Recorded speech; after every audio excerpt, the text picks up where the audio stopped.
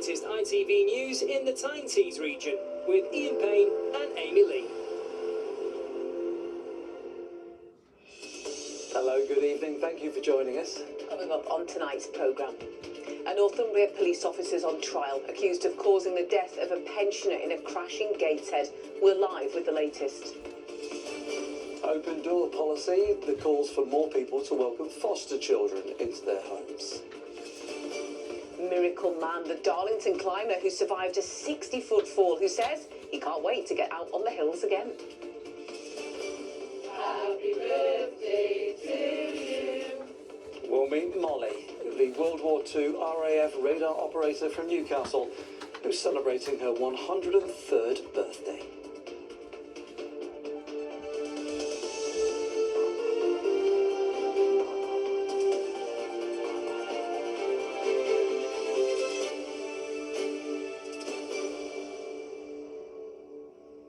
A Northumbria police officer said a 74-year-old woman was killed in an accident after the motorbike she was a passenger on was hit by his police car. PC Mark Roberts was responding to an emergency call when he drove through a red light near the Metro Centre and hit the motorbike, killing 74-year-old Muriel Pinkney and seriously injuring her husband, Ronald. PC Roberts denies causing death by dangerous driving and causing serious harm by dangerous driving. Our correspondent Rachel Bullock has been in court. Rachel, the judge has started summing up in this case. Yes, that's right. The jury was told that Mark Roberts was responding to a Grade 1 emergency, a 5-week-old baby who was choking. Mr. Roberts, seen here in the blue overcoat, had his police car's sirens and blue lights on to get to the scene when he went through a red light on Dunstan Road in Gateshead. His car hit the motorbike carrying 74-year-old Muriel Pinkney and her husband Ronald. Mrs. Pinkney died from head injuries. Her husband survived after undergoing emergency surgery. Closing their case here today, the prosecution referred to Roadcraft, which is the police driver's handbook.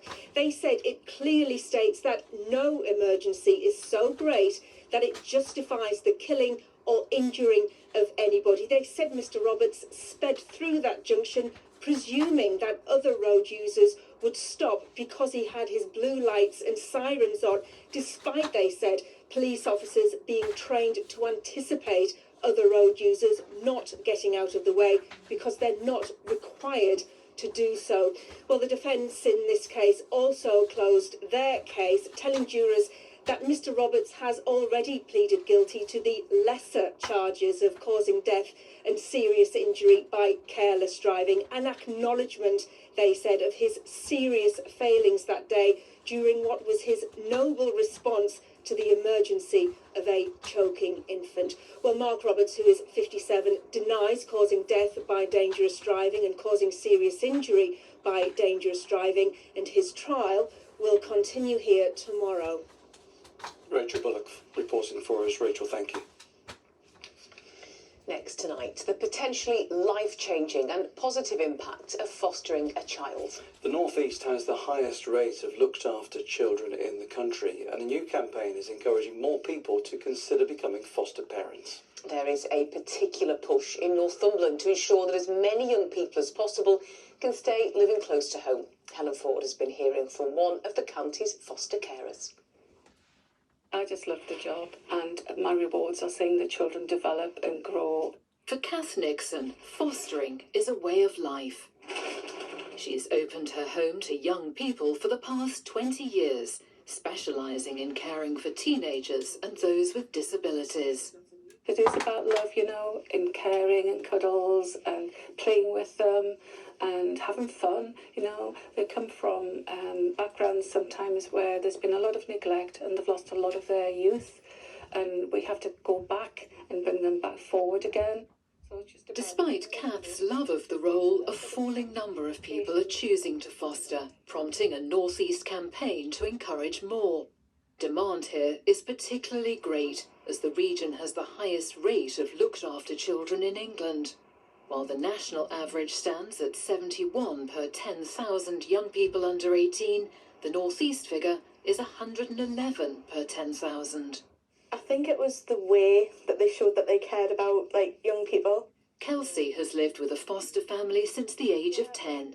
Now at 20, she's studying social work at university and says that's been possible because of the support she's received. It was a structured routine, and just knowing that I had somewhere to come back to and to call, like, my own home, it was the one thing that made us really excited to be like, oh, well, I've got a family now, and they actually really, really care about what I'm doing, what I'm, like, studying, they're invested, and they just want us to do well.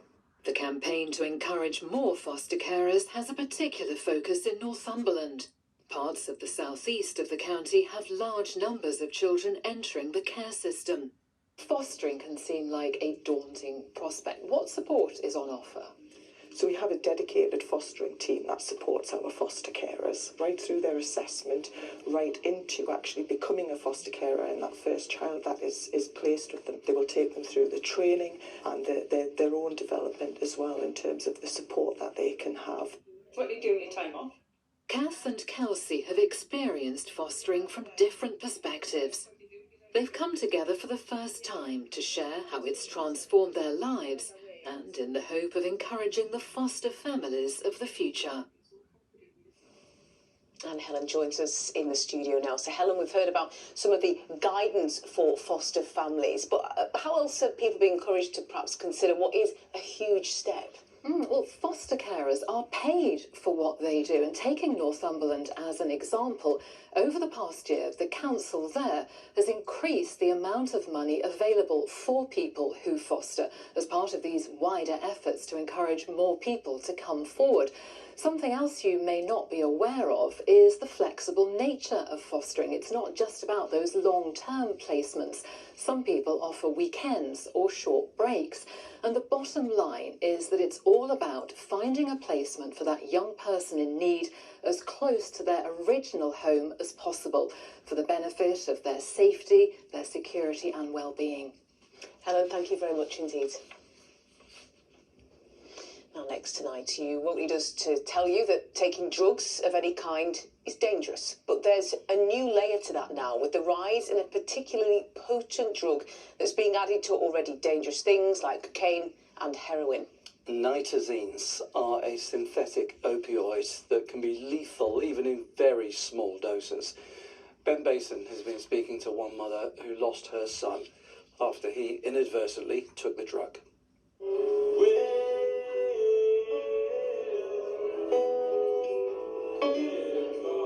Dylan was a massively lively character, really free spirit, had loads of friends. He's always loved music ever since the day he was born, pretty much. A talented musician with a bright future. 21-year-old Dylan Rocher was adored by his family and friends, but mental health struggles saw him turn to drugs, and despite a successful spell in rehab, one night his road to recovery was cut short. I got a phone call from his girlfriend saying that the paramedics were with Dylan and he's taken something, and she said it doesn't look good. And when I got there, the paramedic came out and he said to me, I'm sorry, but we did everything we could and Dylan's gone. And just the shock of that is, it's bewildering. You still can't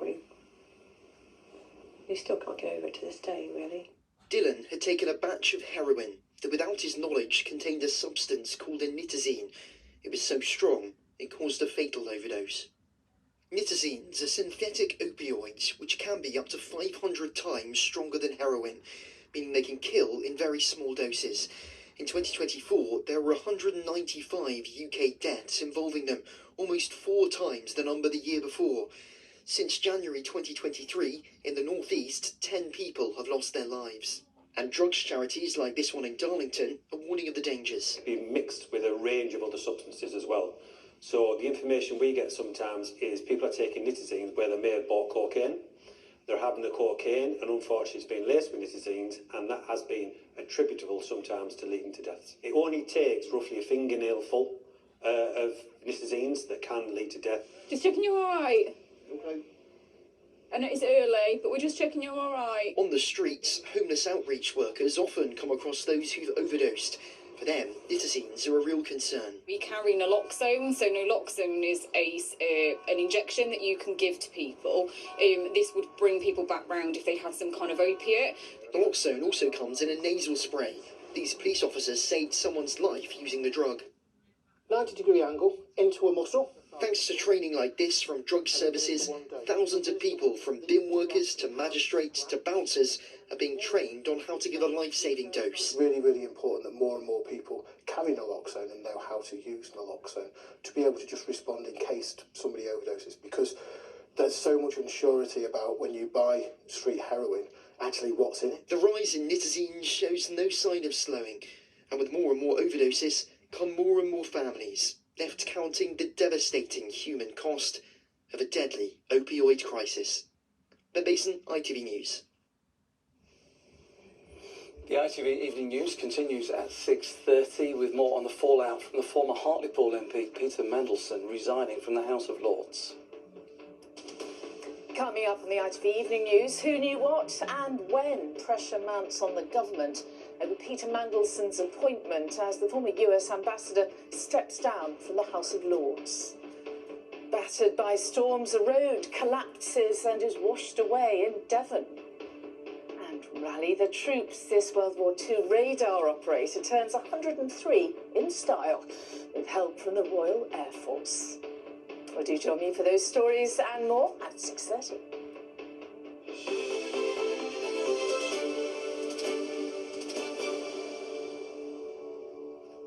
103-year-old there is Molly. She's from Newcastle. We're going to meet her very shortly in this programme.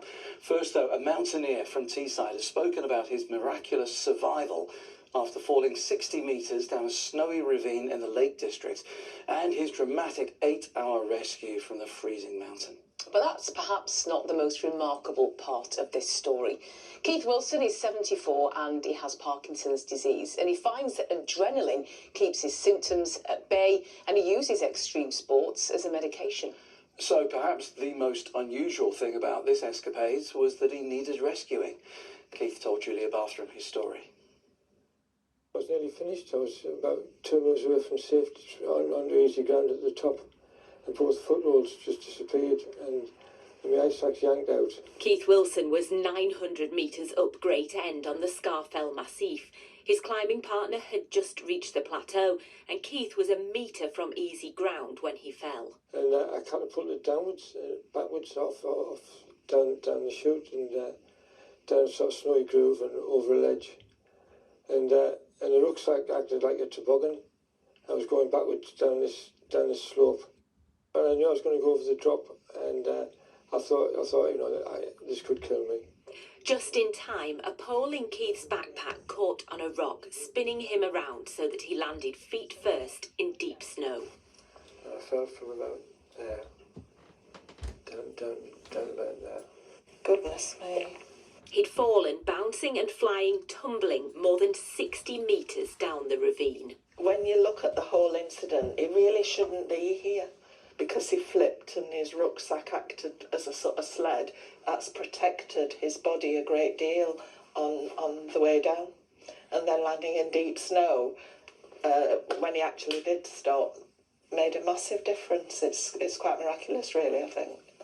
Keith's only injury was a fractured shoulder, but it meant he couldn't climb back up the gully. He was trapped on the mountain in January in freezing winds. For the first time in 50 years of climbing, he had to call for help. After 4 hours, Keswick Mountain Rescue Team reached the top of the mountain with ropes. Penrith Mountain Rescue provided powerful lights from below. It was difficult to extract him from the gully. He was still quite high up in steep ground. Set up a rope system whereby we lowered 2 team members down to secure him, administer first aid, and then they were lowered to the base of the gully into the care of other team members. Keith's experience meant he was well prepared with all the equipment to keep himself warm and hydrated. Once down the gully, he was able to walk off the mountain. Adventures like this aren't unusual. Keith was diagnosed with Parkinson's disease 6 years ago and finds that adrenaline relieves his symptoms. When I was first diagnosed, I thought I was going to turn into a couch potato. When I discovered that climbing actually made me feel young again, the adrenaline rush I get from climbing from other sports as well, actually means I don't have to take any drugs. So statistically, I should run 6 levodopa tablets a day. Keith has ticked off ultramarathons, hundreds of miles of bike rides and regular climbing since diagnosis. This fall might change him, but it won't stop him.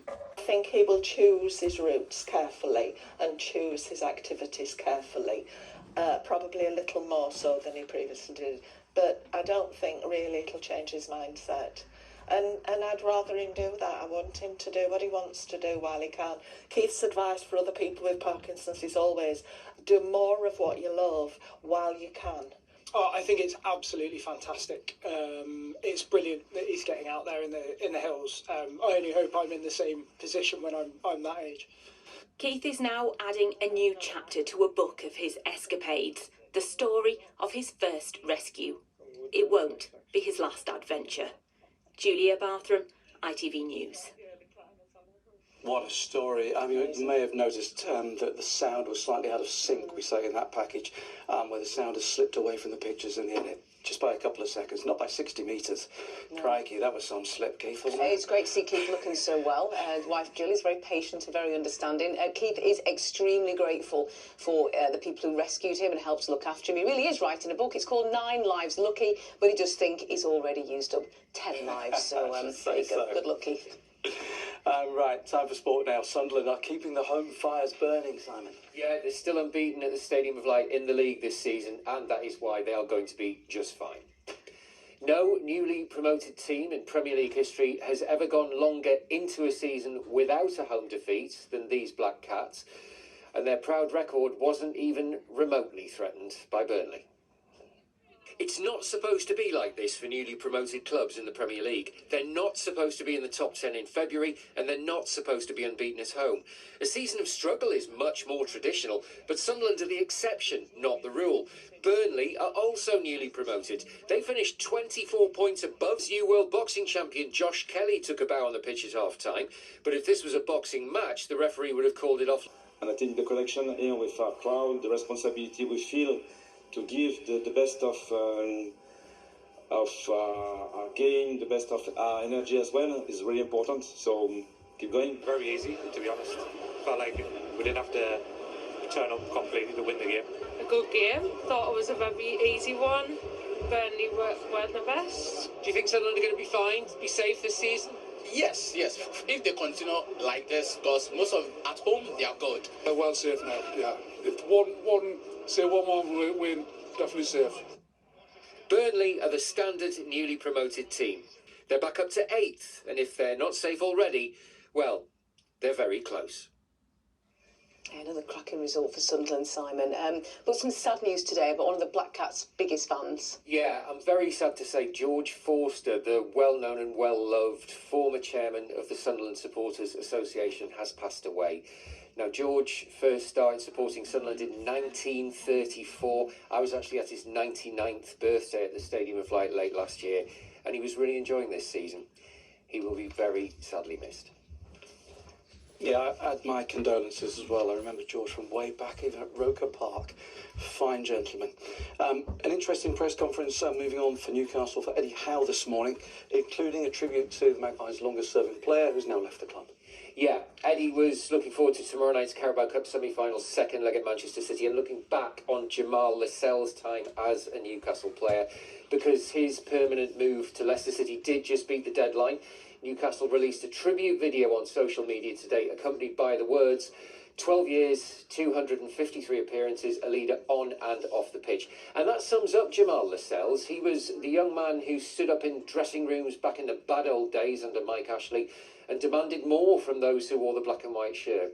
Even as he was phased out of the team in recent years, he helped drive standards. Now, everyone accepts it was time for Jamal to go, but he will not be forgotten. An incredible servant to the football club, long before I came, as you say, captain at a really young age, and some very difficult seasons for the football club. Some relegation battles where he really had to stand up and lead the group in difficult circumstances. I think he did that with real integrity and class, a really strong person, a really strong leader. So yeah, pay tribute to him and thank him for all his service, everything that he's given to the team and to his teammates and to the staff at the training ground. He's a real credit to himself. Indeed, and a big game for Newcastle tomorrow. Simon, for now, thank you. Now, if you are lucky enough to reach your hundreds, it's probably worth making sure that each birthday celebration is a big occasion. Definitely, and that was exactly the case for former World War II radar operator Molly Gillen, who turned 103 today. As Chris Conway reports, she enjoyed an RAF reception on North Tyneside because of a career that some of her family knew nothing about until recently. Happy birthday to you. It's a birthday 103-year-old Molly Gillen is taking in her stride. Much to her delight, the Royal Air Force paid a visit today to say happy birthday to their former radar operator. I can't believe it. I can't believe why. Everybody is so good to me. And look, friends, everybody I meet has been my friends. And then 18-year-old Molly joined the RAF in World War II, playing a vital role detecting Nazi aircraft from an underground base near the Northumberland coast.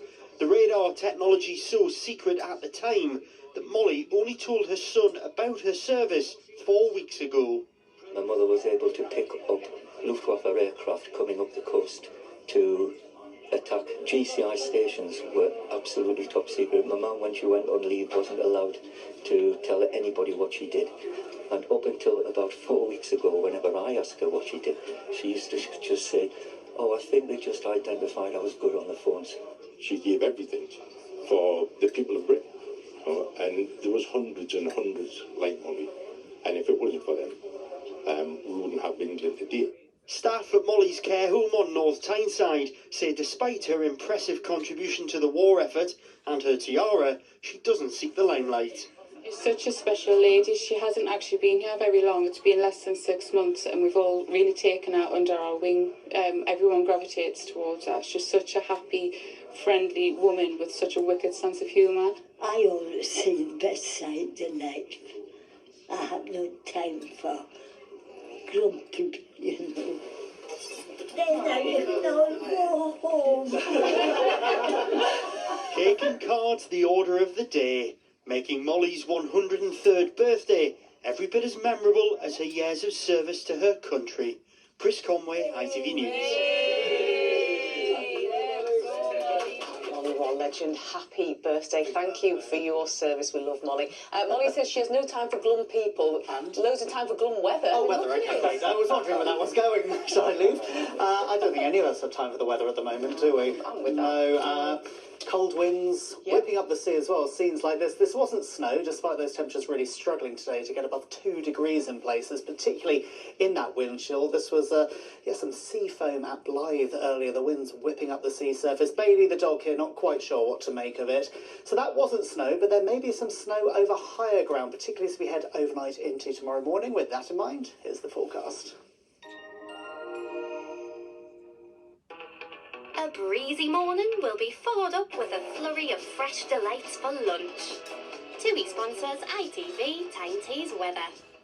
A chill in those winds coming in from the North Sea. There's lots of cloud around, some murky conditions over higher routes and patchy rain that is turning to snow above around 200-300 metres. So that will continue as we head into tomorrow. It's staying unsettled, very little in the way of change for us as we make our way through at least the next few days. Big area of low pressure in the west, moving around that. So we've got areas of rain accompanied by these fronts here, a few showers dotted around. Still though for us, that feed coming in from the North Sea, it's not ideal, dragging in a lot of cloud and of course those chilly temperatures.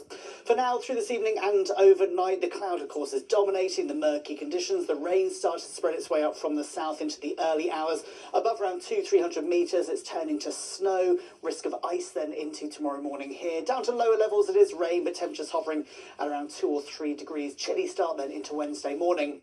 So Wednesday, not a great start. Again, there's lots of clouds around, murky conditions, further spells of rain. Now, this is starting to edge its way further north. And as we make our way into the afternoon, the cloud will be lifting at times, breaking. There'll be some brighter spells for a lucky few as we head through the afternoon, as temperatures get up to around 6 or 7 degrees. So not as chilly as we saw it today.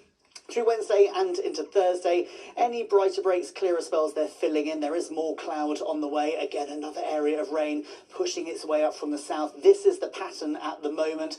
Heavy spells at times, and again, we do have some winteriness over higher ground. So Thursday's looking like another messy day. So yes, through the next few days, cloud is set to dominate, occasional brighter breaks, temperatures just about reaching highs of 5 or 6 degrees. TUI sponsors ITV Tyne weather. Thank you, Ross. In just a moment, the national and the international news. I'll be back here with a late update after the football tonight at 11. Hope to see you then. We'll all see you tomorrow. Take care. Have a good evening. Bye-bye. Bye-bye.